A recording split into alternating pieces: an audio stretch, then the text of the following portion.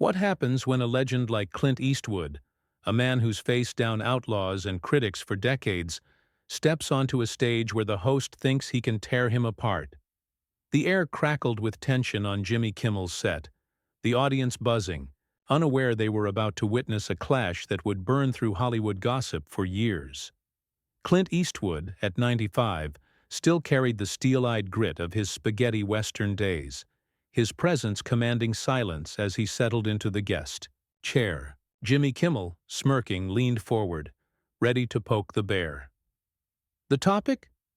Eastwood's latest directorial project, a war film about a forgotten World War II battle. A story of sacrifice and grit that Clint poured his heart into. But Kimmel, ever the provocateur, had other plans. He wasn't there to celebrate the icon, he wanted to dismantle him. Kimmel launched in, his voice dripping with condescension. "Clint, come on, another war movie? Don't you think you're a bit old to be glorifying violence? Maybe it's time to retire, let the new guys take over." The audience gasped, a few nervous laughs breaking the silence. Clint's jaw tightened, his eyes narrowing like a gunslinger sizing up a target. "You think I'm too old to tell a story, Jimmy? Maybe you're too young to understand sacrifice," he shot back, his voice low, cutting like a knife. The crowd murmured, sensing the storm brewing. Kimmel, unfazed, doubled down. "Sacrifice?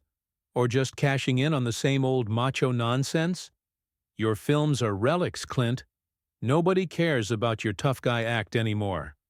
The insult landed like a slap, and the audience held its breath, waiting for Clint's response. Eastwood leaned forward, his weathered hands gripping the chair arms. "You sit there, cracking jokes, pretending you know what it takes to tell a story that honors men who died for something bigger than your ratings. You ever held a rifle, Jimmy? Ever lost someone to war?" His voice was steady but burned with fury. Kimmel scoffed, rolling his eyes. "Oh, spare me the lecture, Clint. This isn't the Wild West.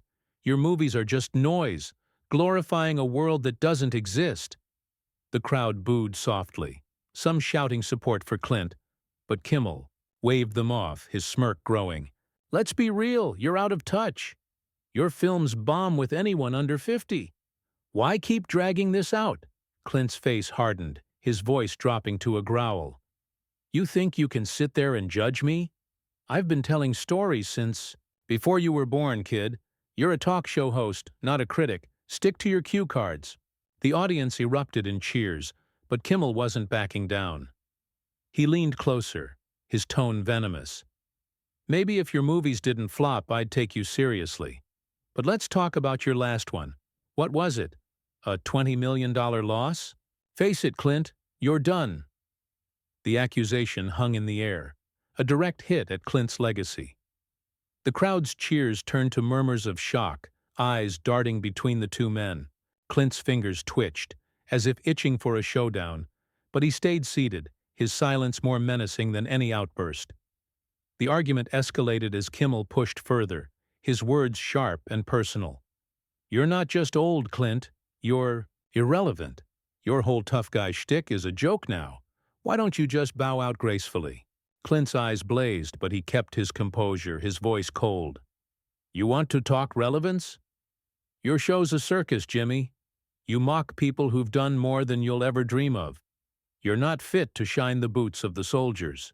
In my film," the audience roared, some standing, clapping for Clint's defiance. Kimmel's face reddened, his smirk fading. He opened his mouth to fire back, but Clint cut him off. "You don't get to tell me when I'm done. You don't get to erase the stories I tell." The stage felt like a powder keg, ready to explode, as the two men locked eyes, neither willing to yield. The standoff between Clint Eastwood and Jimmy Kimmel had the audience on edge, their cheers fading into a tense hush as the two men glared at each other. Clint's last words, sharp and unyielding, lingered in the air, a challenge Kimmel couldn't ignore. The host leaned back, his lips curling into a sneer, determined to regain control of the stage. He tapped his desk, a calculated move to break the silence, and launched into his next attack, his voice louder, more cutting. You talk about soldiers, Clint, but your movies just glorify death. You're peddling nostalgia for a world that never was, and people are tired of it. The crowd stirred, some booing, others whispering, unsure if Kimmel had crossed a line or landed a hit. Clint's eyes didn't waver, but his hands clenched tighter, his knuckles whitening. You think you know what people want? Clint fired back, his voice steady but laced with contempt. You sit here, night after night, feeding them cheap laughs and recycled jokes. My films honor real people, real pain. What do you honor, Jimmy? Your own ego? The audience erupted, clapping and shouting, some chanting Clint's name. Kimmel's face twitched, his confidence cracking under the weight of the crowd's support for the legend. He stood up, pacing behind his desk, his tone growing nastier. Real pain? Give me a break. Your last movie tanked because nobody cares about your old-school hero nonsense. You're a has-been, Clint, clinging to a fading spotlight. The words hit like a punch, and the crowd gasped, a few hecklers yelling at Kimmel to back off. Clint rose slowly from his chair, his towering presence silencing the room. At 95, he moved with the deliberate strength of a man who'd faced worse than a smug talk show host. You call me a has-been? He said, his voice low, dangerous. I've built a career on telling stories that matter. You? You're a vulture picking at other people's work to stay relevant. The audience roared, some standing, their cheers drowning out Kimmel's attempt to interrupt. Clint stepped closer, his boots heavy on the stage floor. You want to talk, failure? Look at your own show, Jimmy. Half your audience is here for the guests, not you. Kimmel's eyes flashed with anger, his voice rising to a shout. You think you're untouchable because you're Clint Eastwood? Your movies are a snooze, and you're too stubborn to see it. Why don't you just quit while you're behind? The crowd booed louder, a wave of disapproval crashing over the set. Clint didn't flinch, his gaze locked on Kimmel like a predator sizing up prey. Quit? I don't quit. I tell stories about men and women who didn't quit, who fought for something real. You wouldn't understand that, sitting behind your desk, mocking what you can't comprehend. The audience's cheers swelled, a tidal wave of support for Clint's defiance. Kimmel, now visibly rattled, tried to pivot, his voice dripping with sarcasm. Oh, you're so noble, Clint. But let's talk facts. Your last 3 films lost millions. You're not a hero, you're a liability. The crowd's boos grew deafening, and Clint took another step forward, his voice cutting through the noise like a blade. You want to talk numbers? My films have outlasted every fad you've ever chased. They'll be watched long after your show's forgotten.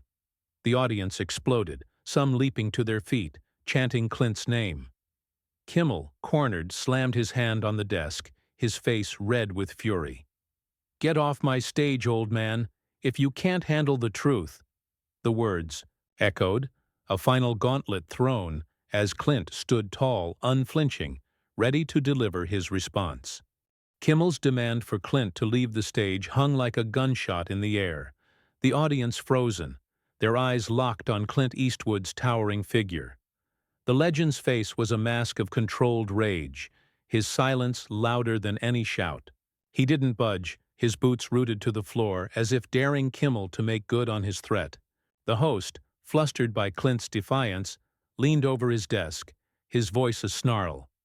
You heard me, Clint. Get out. This is my show, and I don't need some washed-up director preaching to me. The crowd erupted in boos, a few shouting Clint's name in support, their loyalty a shield against Kimmel's venom. Clint's lips twitched, not into a smile, but something colder, more dangerous. You think you can throw me off your stage? Clint said, his voice a low rumble, each word deliberate. I've faced bigger men than you, Jimmy, and they didn't scare me. You're just a loudmouth with a microphone. The audience roared, some clapping, others stomping their feet, the energy in the room electric. Kimmel's face twisted, his attempt at control slipping. Big words from a guy whose career's on life support, he spat, pacing again, his hands flailing. Your war movie's a flop, Clint. Nobody wants your tired stories. You're embarrassing yourself. The jab was personal, meant to wound, but Clint's eyes gleamed with the fire of a man who'd heard it all before. Clint took a step closer, his presence swallowing the space between them. Embarrassing? You're the one making a fool of yourself, tearing down a man who's earned his place. My movie's about soldiers who gave everything. What do you give, Jimmy? Snarky one-liners? The crowd cheered louder, some standing, their voices a wave of defiance. Kimmel, cornered, tried to pivot, his tone mocking. Oh, please, Clint. Your films are just propaganda for a world that's gone. Nobody's buying it anymore. He pointed at the audience, as if to rally them, but the boos only grew, drowning his words. You don't get it, do you? Clint said, his voice rising for the first time, sharp and commanding. My work's about courage, about people who stood up when it mattered. You mock that because you've never had to stand for anything. The audience exploded, their cheers shaking the room, some waving their hands in support. Kimmel's face flushed, his anger boiling over. You're delusional, Clint. Your movies are dinosaurs and so are you. Get off my stage before you make this worse. He jabbed a finger at Clint, his voice cracking with frustration. Clint didn't move, his gaze locked on Kimmel, unyielding. You want me gone? Make me, he said, his voice a growl that silenced the crowd for a moment. The tension was unbearable, the air thick with anticipation. Kimmel, desperate to reclaim his authority, leaned forward, his voice dripping with scorn. You're nothing but a relic, Clint. Your time's up, and everyone knows it. The audience gasped, the insult cutting deep, but Clint's expression didn't falter. He stepped even closer, his voice low, lethal. My time's up when I say it is. You don't get to decide that, and neither does your audience. The crowd roared again, their support a thunderclap, as Clint stood his ground, daring Kimmel to push further. Clint Eastwood's challenge echoed across the stage, his words a gauntlet thrown at Jimmy Kimmel's feet. The host's face was a mask of fury, his control unraveling as the audience's cheers for Clint drowned out his authority. Kimmel gripped the edge of his desk, his knuckles pale, his voice rising to a near shriek. You think you're some kind of legend, Clint? You're a fossil, dragging everyone down with you. This stage is for winners, not losers who can't let go. The crowd gasped, then booed, their voices a wall of defiance against Kimmel's venom. Some shouted, Go, Clint! Their loyalty unshaken. Clint stood unmoved, his eyes burning with a fire that hadn't dimmed in decades, his silence a weapon sharper than any shout. You're out of line, Jimmy, Clint said, his voice calm, but laced with steel, each word slicing through the noise. You don't get to rewrite my life's work because you need a punchline. My film's about real heroes, not your cheap shots. The audience erupted, their applause a thunderous wave, some standing to clap, their faces alight with admiration. Kimmel, desperate, paced to the edge of the stage, his hands gesturing wildly. Heroes? You're selling a fantasy, Clint. Your movies are a tired act and you're too blind to see it. Just walk away before you humiliate yourself further. His words were a frantic jab, but they only fueled the crowd's anger, their boos shaking the room. Clint took a deliberate step toward Kimmel, his boots echoing like a drumbeat of resolve.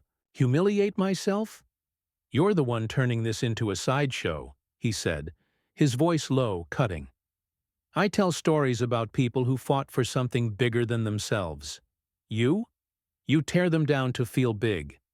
The audience roared, some chanting Clint's name, their energy a tidal wave of support. Kimmel's face twisted, his composure gone. You're pathetic, Clint. Your stories are dead, and so's your career. Get out before I have you dragged out. The threat was a desperate lunge, and the crowd's boos grew deafening, a few yelling insults at Kimmel. Clint's eyes narrowed, his presence towering despite his age. You don't scare me, Jimmy. "I've faced down worse than you and walked away standing," he said, his voice a growl that silenced the room for a moment. "My film honors men who died for their country. You spit on their memory for a laugh." The audience exploded, their cheers a storm of loyalty, some waving their arms, others shouting encouragement.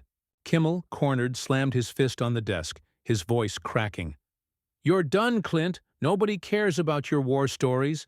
Leave, or I'll make sure everyone knows you crashed and burned here." The crowd's boos were relentless, a chorus of rejection for Kimmel's cruelty. Clint leaned in, his face inches from Kimmel's, his voice a deadly whisper. "You want to bury me? Try it. My work will outlive your insults, and these people know it." He gestured to the audience, who responded with a deafening roar, some standing on their seats, their cheers a testament to Clint's enduring legacy. Kimmel, visibly shaken, opened his mouth, but no words came. The stage was Clint's now, his presence an unshakable force. The tension peaked, the air electric, as Clint held his ground, ready to deliver a final blow to Kimmel's arrogance. The stage was a battlefield, Clint Eastwood standing tall, his final words to Jimmy Kimmel, a searing rebuke that left the host speechless. The audience's roar filled the air, their cheers a thunderous endorsement of Clint's unyielding spirit.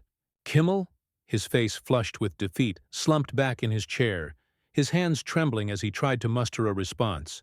You can't just," he stammered. But the crowd's boos cut him off, their loyalty firmly with the legend. Clint straightened, his eyes never leaving Kimmel, his presence a towering rebuke to the host's arrogance. The room pulsed, with anticipation, every eye on Clint as he prepared to end this war of words. "You've said enough, Jimmy," Clint said, his voice steady, commanding, carrying the weight of a lifetime's battles. "You tried to tear me down, but you're fighting a fight you can't win. My stories aren't for you. They're for the people who know what sacrifice means." The audience erupted, their applause shaking the walls, some shouting, "We love you, Clint," their voices a chorus of admiration. Kimmel opened his mouth, but Clint raised a hand, silencing him. "I came here to talk about my film, about men who gave their lives. You made it about your ego. That's on you." The crowd cheered louder, their support a tidal wave that drowned Kimmel's fading presence. Clint turned to the audience, his weathered face softening for a moment. "These stories matter," he said, his voice clear, resonant. "Not because of me, but because of the people they honor. Don't let anyone tell you they don't." The crowd rose to their feet, their ovation deafening, some wiping tears, others clapping until their hands hurt. Kimmel, desperate to salvage his show, leaned forward, his voice weak. "This is my stage, Clint. You don't get to lecture me." But his words were lost in the crowd's roar, their rejection of him absolute. Clint shook his head, his expression one of pity rather than anger. "You're wrong, Jimmy. This stage belongs to them," he said, pointing to the audience, who responded with a surge of cheers. With a final glance at Kimmel, Clint turned and walked toward the stage's edge, his steps deliberate, unhurried. "I'm done here," he said, his voice cutting through the noise like a blade. "But my work's not done. Not by a long shot."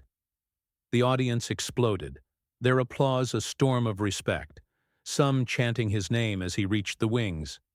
Kimmel, left alone at his desk, tried to laugh it off, but his voice cracked, his smirk gone. "Well, that was something," he muttered. But the crowd's boos drowned him out, their allegiance clear. Clint paused at the stage's edge, turning back one last time, his eyes sweeping the room. "Keep telling the truth," he said, his voice a quiet command. The audience roared, their cheers following him as he disappeared into the shadows. Backstage, the crew parted for Clint, their faces a mix of awe and respect. He didn't look back, his stride steady, his mission clear. The audience's cheers echoed behind him, a testament to his victory, not just over Kimmel, but over anyone who dared to dismiss his legacy. The night belonged to Clint Eastwood, a man who'd faced down a hostile host and walked away taller, his stories untarnished, his spirit unbroken. The crowd's ovation lingered, a reminder that some legends never fade, no matter who tries to dim their light.